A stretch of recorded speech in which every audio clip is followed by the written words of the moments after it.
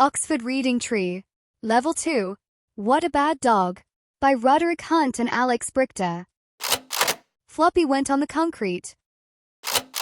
Floppy went in the mud.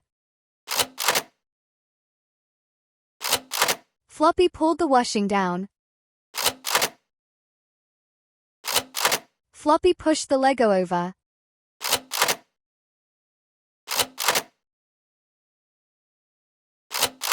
What a bad dog, said Mum. Floppy barked and barked.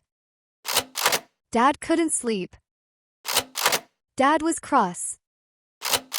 What a bad dog, said Dad. The tray was on fire. What a good dog.